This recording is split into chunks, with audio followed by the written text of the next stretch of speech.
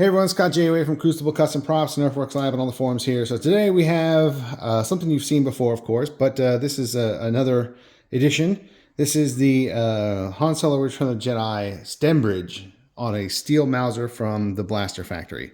So this is, of course, the Field Marshal or Blaster Factory all steel Mauser replica, super great, and of course his Stembridge kit, which includes the Stembridge specific flash hider, the two half power cylinder or cylinder halves here, or piston halves, sorry.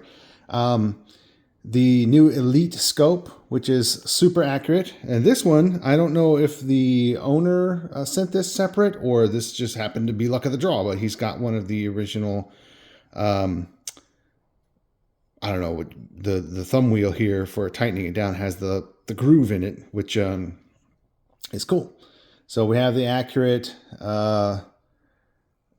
new Elite scope mount where it's got the hollow bell, which you can't really see except for maybe on this side, but it does have the mold line and the dimple here. We got this correct screw, and this is a real windage knob cap that has been in place of the Field Marshal anodized aluminum replica.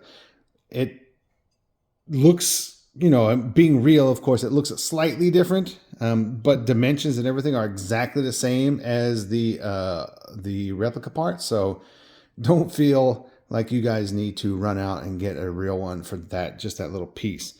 But this scope is great. It looks perfect. We have the brass thumb nuts here on the mount. This is aluminum instead of a Delrin plastic piece, but it still looks the part.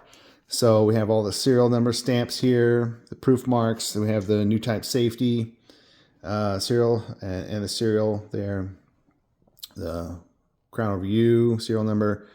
Crown over U is over here along with the serial number. And of course the military acceptance proof, which is, you can kind of see it right there in the light, but that's it. So it has all the proofing. Now these power cylinder or piston halves on the original prop were only on this side and do not have screw holes. They were just epoxied on. Oh, and this greebly here I made by hand from aluminum sheet. It's a very, very big pain in the butt to make that, but instead of the 3D printed part, there it is. There's a real metal part. So very cool. So as per always, fire blued all the correct fire blue parts. Everything works. Upgraded springs on everything.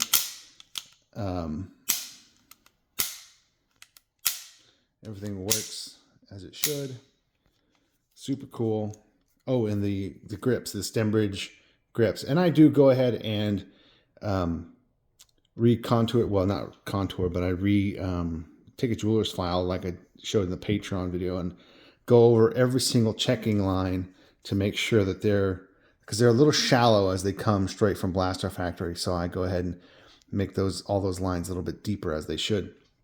And all the real ones and even the original real prop have overrun on all the lines because they were hand done. They were done to grips that were worn down or something that they redid.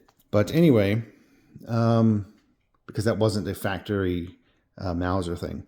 It was just something somebody did in the field, and it turned out to be a very, I wouldn't say popular, but I have a real set, and I've seen a couple other real sets that have turned up. So that's it.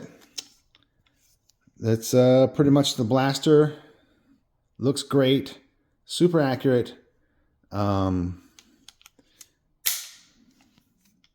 cool. So this is a cool prop. This has got the most body count out of all of Han Solo's blasters in the films. So yeah, this is the one. The king of blasters, as somebody on the RPF had as their signature piece. All right, thanks for watching, guys.